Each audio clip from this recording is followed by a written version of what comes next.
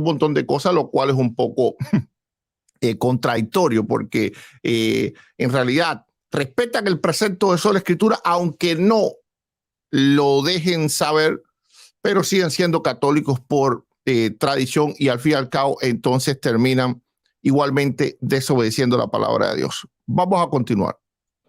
En segundo lugar, porque el texto, en este caso el versículo, es esencialmente teocéntrico. ¿Qué quiere decir? Está centrado en Dios. Y esto es algo muy particular de la teología católica, que la teología católica no es teocéntrica ni cristocéntrica, es mariacéntrica. Y esto no es argumento gratuito. La mayor devoción dentro de la religiosidad personal del católico, no dentro de la religiosidad litúrgica, porque al fin y al cabo, la liturgia es lo que practica el creyente, sea de cualquier fe, en un momento X determinado de su vida cuando está dentro de un templo. Por lo tanto, esa no es la parte más importante de la fe. Esa es la parte más pequeña, la que se realiza un domingo o cualquier día de la semana. Que vayan a sus iglesias, sea católico, evangélico, todo eso, lo que sea, todos tenemos liturgia. La mayor parte de la fe, la parte más importante de la fe es la fe personal, porque ahí es donde el creyente se identifica personalmente con Dios y donde expone realmente lo que él cree. No sé, a ver, cuando vamos a un tribunal, a un juicio, todo el mundo se porta bien. Hay como especie de una liturgia ahí, inclusive hasta los ladrones, asesinos, cuando entra el juez, se paran. Ahí o delante de la policía, todo el mundo se porta bien. Eso es como especie de una liturgia, ¿ok? Que es el orden que se vive en ese momento. Pero ¿qué es lo que hace la persona en su vida individual? Eso es lo que verdaderamente importa y eso es lo que verdaderamente juzga Dios. Y en la vida individual del católico, el católico es ampliamente mariólatra. Ampliamente mariólatra. Y la teología personal, ¿verdad?, de la fe del católico es ampliamente mariacéntrica. Cristocéntrica ni teocéntrica, absolutamente para nada. Y esto es lo que trató de hacer Dante Urbina aquí. Simplemente él expuso lo que él tiene adentro. Y cambiar la palabra Dios en la traducción que tengo acá, que es la de Shekel, por la palabra María, por el nombre de María, directamente es un tanto oscuro, por decirlo. Un tanto oscuro, y él lo dice por decirlo, vaya, de una manera amable. Es diabólico lo que quería decir, es satánico, es infernal, es dantesco. Ok, pero no de Dante Urbina, sino de dantesco de pues el infierno de Dante, ¿verdad? Ok, vamos a escuchar esto. Por decirlo de alguna manera, sino por decirlo más claramente, una forma de fanatismo que lejos de ayudar a la devoción mariana, no se condice. Ok, es un acto de fanatismo y es el acto de fanatismo que practica el 100% o el 90% mínimo de todos los católicos. El 100% de todos los católicos, o un gran por ciento al menos, de todos los católicos, incurren en esto. Espero que todos hayan escuchado el audio. Dice alguien que se oye, dice alguien que no, pero no sé quién está diciendo la verdad, en el sentido que muchas veces entran católicos a trolear ahí en esto, pero espero que sí lo hayan escuchado. Yo lo creo de esa manera. Alguien, hay algún moderador, alguien que me deje saber. Permítanme hablar un poco de esto. Vamos a hablar realmente lo que sucedió aquí. En este video que vimos, Dante Urbina ha hecho algo sorprendente. Ha reemplazado el nombre de Dios por el nombre de María en el versículo Juan 3:16. No lo diré suavemente, mis amados hermanos, esto es una blasfemia, un acto de idolatría pura, y hoy vamos a explorar por qué. Aunque él no quiso suplantar a Dios por María, sí suplantó o sí comparó, vamos a decir, sí igualó, porque su objetivo no era suplantar, su objetivo era igualar. No la persona de Dios con la persona de María, pero sí la acción de Dios con la acción de María. Y cualquiera entiende que eso es un acto de blasfemia y que eso es un acto de idolatría.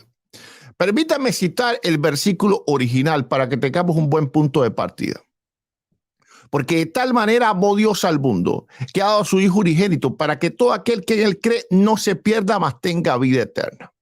Sí, este versículo es el centro del evangelio con toda seguridad y muestra el amor de Dios y la promesa de Dios por la humanidad, algo que María no tenía en su corazón. ¿Ok? No tenía en su corazón, y de manera especial, de la forma que lo dice Dante, ni siquiera le da la gloria a Dios. Porque si hubiese dicho, porque de tal manera obró Dios en María, que puso el amor de ella para hubiese enmascarado un poco la idolatría. Pero le hizo ver que ese amor partía de ella. Y esto es algo característico del catolicismo. Que el catolicismo es antropocéntrico. Completamente antropocéntrico. Salvación por obras. María es buena porque es buena, ¿me entiendes? Y así sucesivamente, igual que los supuestos santos, la mayoría de ellos ni siquiera tenían una vida santa, algunos sí, ¿verdad? Pero la mayoría de ellos inclusive fueron asesinos consumados, que ahí están las pruebas en la historia, ladrones de banco. Un día les voy a contar sobre el papa que fue ladrón de banco. Sí, se robó un banco en Roma. Para que se lleve una idea.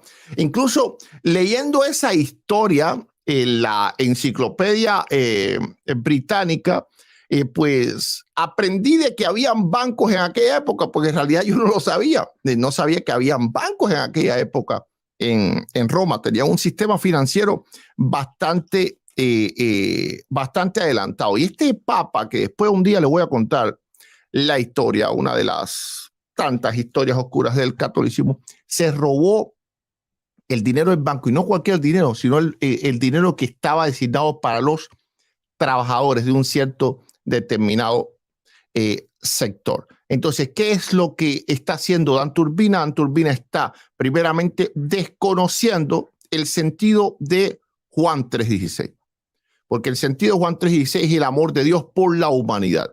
Y amó, y María no amó a la humanidad. María amó a Dios. Lo que ella hizo, que sin lugar a dudas fue fuerte, porque no rehusó de que su hijo fuera a morir. Al menos no vemos en ningún momento ella oponiéndose a él ir a la cruz. Algo que sí hizo Pedro, por ejemplo, se opuso a ir a la cruz.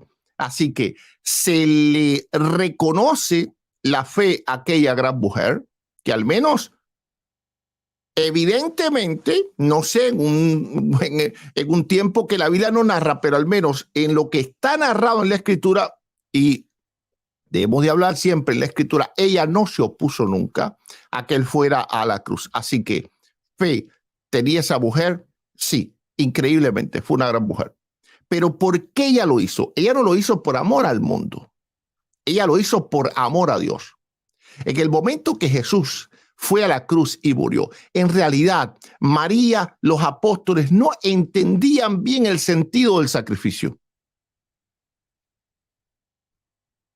Porque recuerden que las palabras de Cristo fueron directamente siempre hacia Israel. He venido a buscar, es decir, he sido enviado, no he sido enviado, sino las ovejas perdidas de la casa de Israel. Inclusive después, ¿verdad? Ahí lo vemos en Hechos 1, a partir del verso 6, vemos que los apóstoles todavía están interesados en la liberación de Israel y en la restauración del reino a Israel. Luego, con la venida del Espíritu Santo, es que, y con el Pentecostés, como el Espíritu Santo se abre a toda la humanidad, es que los apóstoles entienden más seriamente que el sacrificio de Cristo no había sido solo por Israel, sino que se extendía también a todos los demás. Porque aunque Jesús dejó ver algunas cosas, claramente en los evangelios no se enseña esto, ¿verdad? Jesús daba su vida por sus amigos. ¿Por qué? Porque él vino, la promesa era a Israel. Y en Romanos capítulo 11, Pablo enseña que los gentiles entramos por la incredulidad de ellos. Claro, todo eso estaba ya sabido de parte de Dios y desde el principio, por eso dice, porque de tal manera amó Dios al mundo. Pero eso lo escribe Juan 70 años después de que Cristo nace. Bueno, no, más, el Evangelio de Juan es año 80 y pico, 90. Así que 90 años después que Jesucristo nace y unos 60 años después que Jesucristo asciende. Por lo tanto, cuando María no se opuso al sacrificio de Cristo, ella lo hizo por amor a Dios, no por amor al mundo. Repito, ella lo hizo por amor a Dios, no por amor al mundo. Por lo tanto, es una ignorancia enorme de Dante Urbina decir que de alguna manera, aunque en su intención no fuera idolatrar a María, que claro que le está idolatrando, pero aunque no hubiese querido hacerlo, de todas formas, Juan 3:16, no hay forma de que pudiese relacionarse con María o colocarse como un tipo de, no sé, de comparativa respecto a Dios y respecto entre Dios y María, porque hay un diferente propósito. El propósito de Dios fue amar a todos los hombres. El propósito de María fue amar a Dios. Entendiendo esto. Pero ¿no es increíble que exista alteraciones como estas y que pueden distorsionar tanto el significado de un verso? Dentro del catolicismo esto es algo cotidiano. Este es el pan de ellos de cada día. ¿Por qué? Porque vuelvo y repito, la palabra de Dios para ellos es moldeable. Es moldeable, es maleable. ¿Y cómo la moldean y cómo la malean? Con su tradición. Como era tradición mariacéntrica, entonces, bueno, tratan de colocar a María, no solo en Juan 3:16, la tratan de colocar como la mujer de Génesis 3:15, la tratan de colocar como el arca de la alianza, la tratan de colocar como la rosa de Sarón, la tratan de colocar, es decir, como la torre de David, la tratan, y eso está en los libros más prominentes de la mariología católica, como en las glorias de María de Alfonso de Ligorio. ¿Ok? Es decir, nada de esto me lo estoy inventando. Entonces, María es colocada como la mujer de Apocalipsis capítulo 12. La escritura para el católico es completamente maleable y moldeable. Se puede malear, se puede moldear. Y no estoy hablando de interpretación, ¿eh? Estoy hablando, porque la interpretación siempre, bueno, está sujeta al error humano. No, estoy hablando que ellos introducen algo que no está ahí y lo colocan ahí y ya hacen una teología de esto y esto es algo muy diferente a que ellos cometan algún error de interpretación. Porque también tienen muchos errores de interpretación.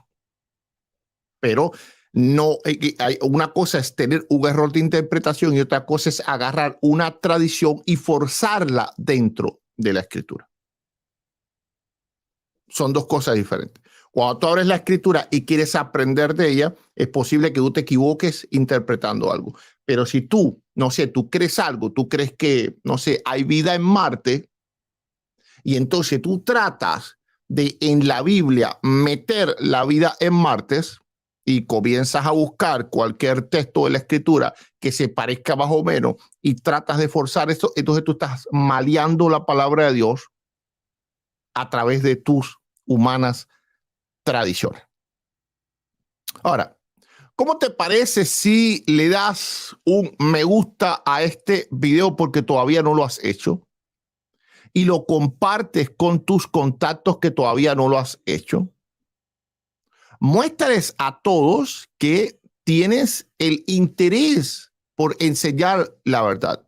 ¿Y cómo lo haces? Dar una manito hacia arriba a este video y compartiéndolo. Esto es un acto no de vanagloria. ¡Hey! Tengo tantos me gusta. Ni siquiera yo sé cuántos me gusta tiene cada video. Esto es cuando tú le das me gusta. YouTube coloca el video en los videos que ellos recomiendan y los que vienen detrás de cuando las personas están reproduciendo un video, que sabes que se acaba ese video y viene otro. Entonces los videos que más tienen me gusta, más veces van a salirle a personas y entonces más personas lo van a ver. Y de esta forma tú estás evitando que personas vayan al infierno, literal. En la época que vivo de las redes sociales, un me gusta hace que tú evites posiblemente con la ayuda de Dios que alguien vaya al infierno. Si te parece eso bastante importante, pues entonces es hora que le des tu me gusta al video y que lo compartas. Ahora, amados seguidores de este canal, permítanme adentrarme un poquito más en la esencia del problema. En primer lugar, recordemos quién es María en la Biblia. María es la madre de Jesús, una mujer bendita entre todas, pero sigue siendo una criatura de Dios, no Dios mismo. Y esto no es solo, es en lo ontológico, porque sabemos que el católico ontológicamente no cree que Dios que María es una deidad o algo por el estilo. No solo es en lo ontológico, sino también en cuanto al propósito. El propósito de Dios es uno y el propósito del hombre es otro. ¿Tenemos nosotros el propósito de Dios? No. Por ejemplo, nosotros como cristianos, ¿amamos al mundo o amamos a Dios? En realidad, nosotros amamos a Dios y como amamos a Dios, entonces ese amor en nosotros hace que amemos al mundo. Por eso Juan dice que el que no ama a su hermano no ha conocido a Dios, porque Dios es amor. Es decir, si tú no amas, tú no puedes haber conocido a Dios, porque el amor es el resultado de la causa de tú conocer a Dios. Todo lo que hacemos, cuando predicamos, el que va al Amazonas, el que va de misionero, lo que sea, lo está haciendo, ¿por qué razón? Lo está haciendo con el propósito de amar a Dios o a consecuencia de la causa de que ama a Dios. ¿Okay? Entonces, el amor a las almas siempre está en un segundo plano y es un resultado, no es algo que nace como tal ontológicamente de nosotros. Porque la Biblia dice que Él es el quien pone en nosotros tanto el querer como el hacer por su buena voluntad. Y Él es el que preparó obras para que nosotros anduviésemos en ella. Cualquiera con ir a una escuela dominical cristiana evangélica, pues supiera todas estas cuestiones. Estás dándote cuenta de que cada minuto que pasa estamos desnudando la verdad y poniéndola a la vista de todo. No es simplemente en el término de criticar, sino en el término de enseñar profundamente dónde es que reside el error de Dante Urbina y de los católicos al idolatrar a María. Que no la comparan en cuanto a un ser ontológico, pero sí la comparan en cuanto a propósito, en cuanto a amor, ¿me entiendes? Ay, madre, que tú que me amas, que esto y lo otro. Y hay que entender que el amor de un hombre, de un ser humano, es siempre el amor de un ser humano. El amor de Dios es incomparable. No se puede comparar. Nadie en su sano juicio compararía el amor de Dios con un amor humano, aunque esa persona humana sea María, sea Pablo, sea Pedro, sea Juan, sea quien sea. Y cuando hablo de sano juicio, hablo de un sano juicio teológico, no un sano juicio cognitivo, porque yo creo que Dan Turbina tiene un sano juicio cognitivo, pero tiene un sano juicio teológico. No, claro que no tiene un sano juicio teológico porque está sesgado por la idolatría. Al estar sesgado por la idolatría, le es imposible tener un sano juicio teológico. Así que sí, por favor, aprieta ese botón de suscripción, porque solo no te vas a suscribir así automáticamente. Todavía no existe esa tecnología. Así que tienes tú que apretar el botón de suscribirte y darle clic, y de esta forma lo vas a acompañar no solo hoy, sino en todos los videos restantes de este fascinante viaje hacia la verdad y en defensa de la palabra del Señor. El reemplazo de Dios por María en este versículo es más que un simple error que cualquiera lo comete. Y hablo de error de interpretación. Es más bien una profanación. Es convertir a María en un ídolo. Y la idolatría, amados hermanos y amigos, está en contra directa de los mandamientos de Dios. Recuerden el primer mandamiento: no tendrás dioses ajenos delante de mí. O como dicen los judíos, ¿ok? Es decir, que yo soy Dios, solo Dios, solo el Eterno es Dios, y no tendrás otros dioses delante de mí. ¿Ves cómo estas alteraciones pueden llevar a alguien al camino equivocado? Sigamos profundamente, te prometo que esto solamente se va a poner más interesante. De seguro que te pregunta, ¿por qué alguien reemplazaría a Dios por María en un versículo tan fundamental de la Biblia? Bueno, eso es lo que sucede cuando se cae en la idolatría. Aunque ellos no lo quieran aceptar, los católicos son el 100% idólatra, pero el problema es que 1% es idólatra declarado y el otro por ciento es idólatra de closet. No sé, tienen es como si fuera una sexualidad reprimida. Es una idolatría reprimida, vamos a decir de esta forma. Y lo digo sexualidad para que se entienda ¿qué es lo que quiero decir? Entonces ellos tratan de ocultar lo más posible la idolatría, pero ven cuando se les sale. ¿Se les sale por qué? Bueno, porque la Biblia dice que la boca habla de la abundancia del corazón. Y por eso es una falla de comprensión bíblica que los persigue todo el tiempo, hasta el punto de comparar el amor de Dios con el amor de María. Algo no solo equivocado, sino también ridículo. Atrévete a cuestionar, a buscar respuestas siempre. No te conformes con lo que simplemente te dicen, amigo católico. Y recuerda, tú también darle un me gusta a este video, compártelo con tus amigos y tus familiares y suscríbete a este canal. Queremos que la verdad llegue a cada lugar del mundo. Yo creo que es un deber que tenemos todos. En cualquier caso, no estamos aquí para condenar a nadie. No me malentiendan. No me malentiendan. Sino para abrir los ojos de los demás y para que entiendan mejor la palabra de Dios. Porque no es el sentido solamente decirle, idólatra, sino, ¿por qué son idólatras? ¿Dónde es que está el error que están cometiendo? ¿Cuál es el error que están cometiendo? Porque todos cometemos errores, pero si sabemos los errores que estamos cometiendo, entonces podemos pues salir de ellos. La pregunta es, ¿quieren salir los católicos de ese error? Bueno, la Biblia es clara. Yo soy el Señor tu Dios que te saqué de la tierra de Egipto, de la casa de servidumbre. No tendrás dioses ajenos delante de mí. ¿Cómo podemos entonces justificar la idolatría y la comparación de un ser humano con Dios? Simplemente no podemos. Ni siquiera deberíamos de intentarlo.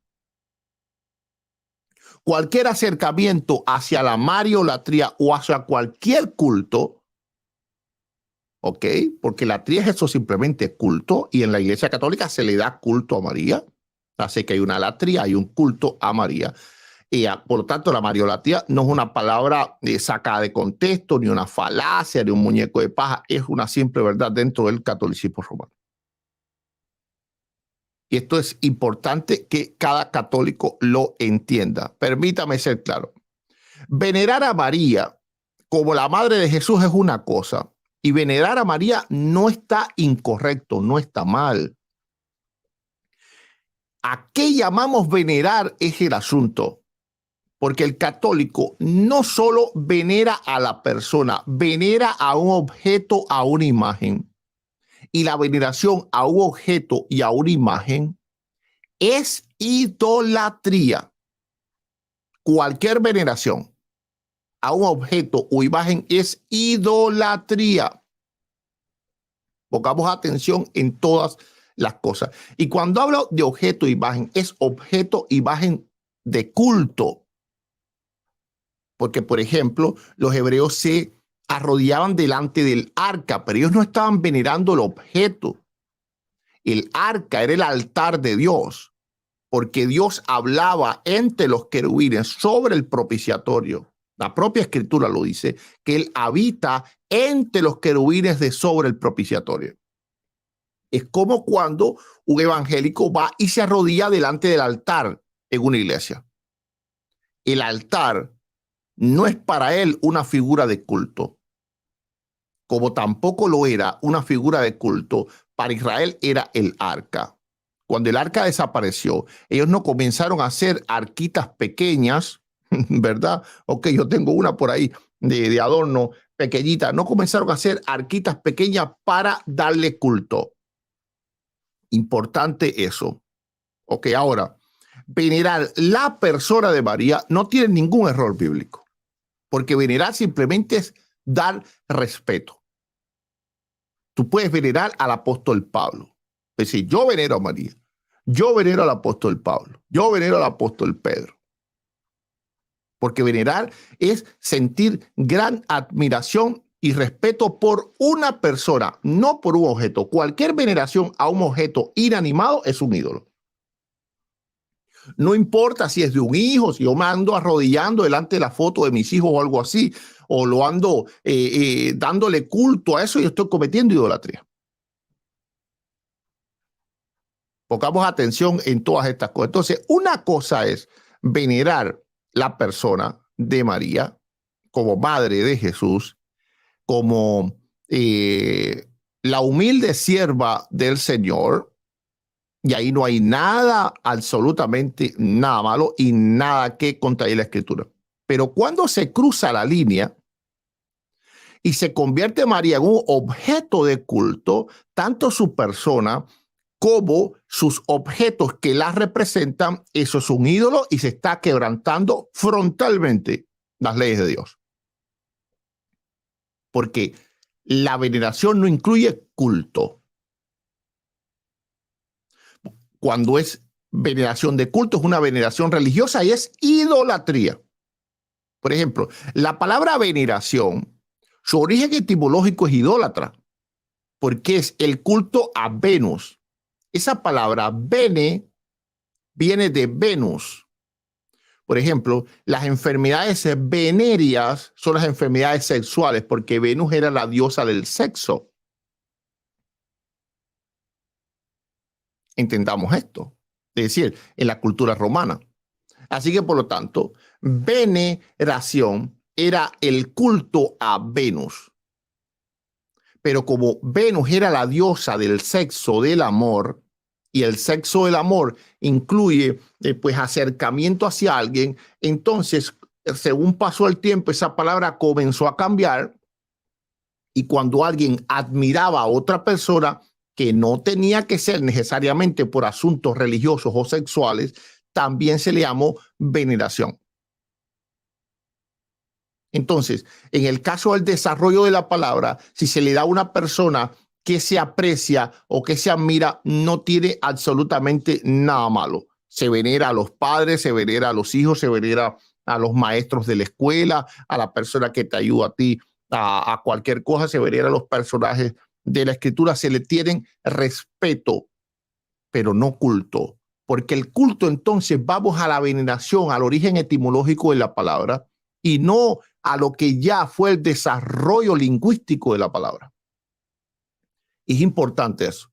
Cuando la veneración incluye culto, entonces es una idolatría sin ningún tipo de discusión.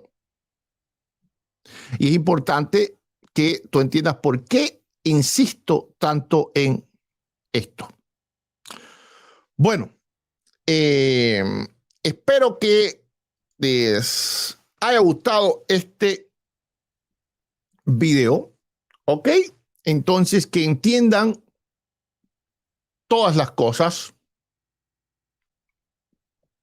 y que por favor, amigos católicos, se aparten, pero ya, de toda la idolatría. Voy a terminar presentándoles una afirmación que quizás pueda resultar un poco polémica, pero me gustaría que la consideraran con una mente abierta. Yo sostengo que todo católico, lo tengo que decir así, al menos todo el que he conocido, es idólatra. Aunque no todos lo admiten. Lo has escuchado bien. Algunos son abiertamente idólatras, mientras otros son idólatras reprimidos, o ocultos, o deshonestos con la audiencia que los mira. Podríamos compararlo con alguien que reprime simplemente su sensualidad. En el exterior puede que parezca estar siendo la norma, pero en su interior está luchando con sentimientos y deseos reprimidos. De la misma manera, hay algunos católicos que se arrastran con una imajota en la espalda terrible,